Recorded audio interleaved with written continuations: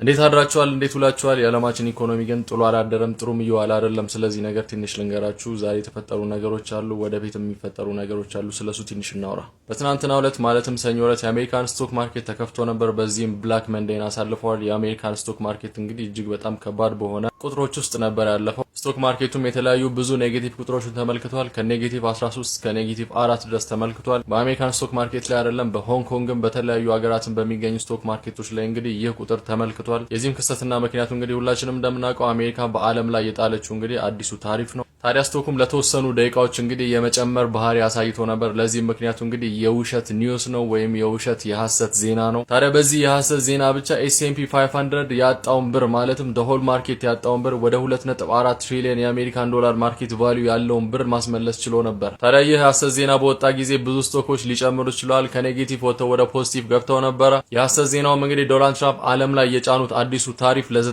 ቀን ሊራዘም ነው የሚል የሐሰት ዜና ነበር። ታዲያ በዚህ ምክንያት ብቻ ብዙ ስቶኮች ከኔጌቲቭ ሊወጡ ችለው ነበር። ወዲያውኑ ዋይት ሃውስ በሰጠው ማስተባበያ መሰረት እንግዲህ ይህ ነገር የሐሰት ዜና ነው፣ ዶናልድ ትራምፕ ለ90 ቀን ሊያራዝሙ ፈጽሞ አይፈልጉም ብለው በተናገሩ መሰረት እንግዲህ ወደ ነበረበት ወደ ኔጌቲቭ አብዛኞቹ ተመልሰዋል። እናም የሐሰት ዜና ምን አይነት ኮንትራዲክሽን ሊያመጣ እንደሚችልና ምን አይነት ፓኒክ ሊያመጣ እንደሚችል በዚህ መረዳት ትችላላችሁ ማለት ነው። ታዲያ በተጨማሪ ዶናልድ ትራምፕ ስቶኩ ዛሬም እንዳይረጋጋ ያደረገ ነገር በትናንትናው ተናግረዋል። ይህም እንግዲህ እጅግ በጣም ከባድ የሆነ ለውጥን አሁንም ስቶኩ ላይ ያመጣል፣ የዓለም ገበያን እጅግ በጣም ዲፊከልት ያደርገዋል ተብሎ ይታሰባል።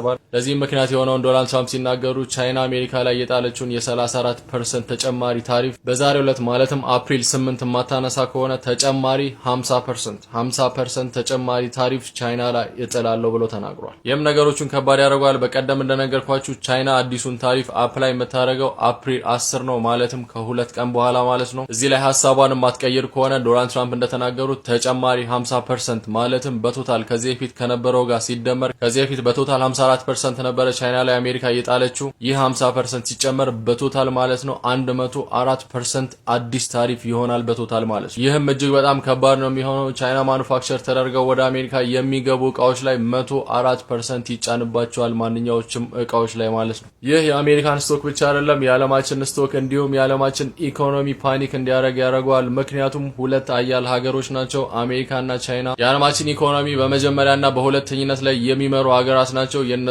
ጦርነት ማለትም ኢኮኖሚካል ጦርነት በጣም ከባድ ነው የሚሆነው። ኢፌክቱንም ለማየት አንቸገርም፣ በጣም ቪዚብል ነው የሚሆነው። እናም በአሁኑ ወቅት ነገሮቹ እጅግ በጣም እየጠነከሩ ይገኛሉ። ከሁለቱ ሀገራት አንዱ መሪ እንግዲህ የለሰለሰ ባህሪ ካላየና ለኔጎሽዬሽን ክፍት ካልሆኑ እንግዲህ ነገሮቹ እጅግ በጣም እየከረሩ ነው የሚሄዱት። ለየት ያለ ነገር ነው እየመጣ ያለው። በነገራችን ላይ በዚህ ታሪፍ ጦርነት እጅግ በጣም ሊወደዱ ከሚችሉና በብዙዎቻችን እጅ መሃል ካሉት ነገሮች መሃል የኔ እንኳን ተበላሽቷል፣ እሱን ተውት።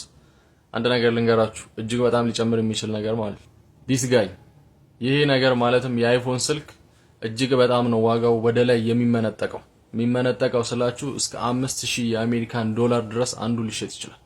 እስከ 5000 የአሜሪካን ዶላር ድረስ። እናም ከስቶክና ከክሪፕቶ ጋር ግንኙነት ያላችሁ ሰዎች ከሰሞኑን እንቅልፍ የሚኖራችሁ አይመስለኝም። ራሳችሁን በኢንፎርሜሽን አዋቅሩ። መልካም ቀን ይሁንላችሁ። አዲስ ነገር ካለ መለሳለሁ። ብሩክ ነኝ።